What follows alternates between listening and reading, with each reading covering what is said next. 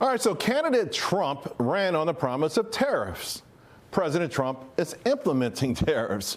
Promises made, promises are being kept.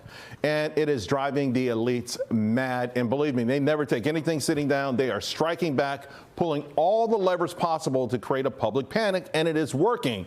Still, last night, tariffs on automobiles made outside the United States were enacted. They were signed in by President Trump. Now, years ago, think about this. Years ago, that would have meant that the big three automatically would have been excluded, right? That's, of course, when we had 20 million auto workers in this country, not down to 12 million. And, of course, the big three have spread the work outside of this country. So Ford is down below Tesla and Rivian. General Motors is really down in the mix. And what's left of Chrysler is still at 57%. So the bottom line is there's a reason that they're trying to get this done. There's a reason they would like to bring manufacturing back, because these are great jobs.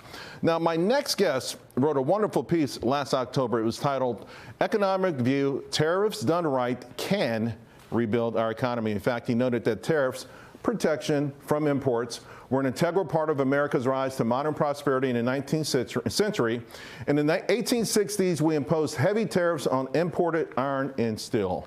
He also notes that we know from our own history that development of a large manufacturing base has always been critical to U.S. prosperity. Joining me now is the chief economist for the Coalition for a Prosperous America, Jeff Ferry. Jeff, before we get to your 5 rules on tariffs and how they can be effective, I want to go back to what I just read here, because I get pushback on these kind of statements all the time. First of all, people say, well, the 1860s? This is a modern society. Tariffs may have worked then, but there's no way they can work now. What do you say to people about that? Look, Charles, well, first, thank you very much for having me on. And I would say that these people don't understand the history of economic growth. Every country over the last 500 years that has achieved prosperity has done so through import restriction. So most recently, for example, over the last 30 or 40 years, the 2 countries that stand out as successful economies are South Korea and Singapore. They've maintained imports far below their level of exports to direct all the domestic demand towards their own producers. They're an example. Another example is India. Right. 30 years ago, India had a zero auto industry. Today, it is number 5 in the world. It now produces more cars per year than Germany, and Wow. it did that through tariffs. Right. So import policy is a critical part of your economic growth strategy. What about this one? Manufacturing jobs are all going to robots, so it's all a waste of time anyway. Yeah, so that's a good point. There's a lot of misconceptions, including among union members and certainly among the media, that what we're trying to do with economic policy is maintain jobs, maintain the past. That's not what we're trying to do.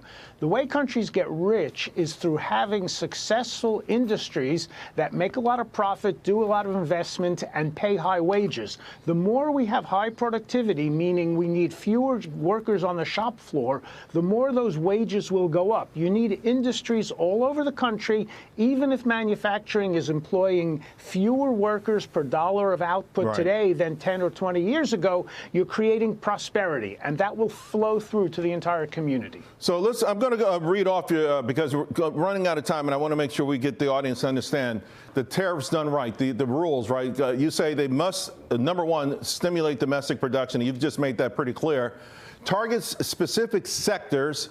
Also, the industry must believe that tariffs will work. I'm not sure we're in that place in America right now, at least not with the automakers.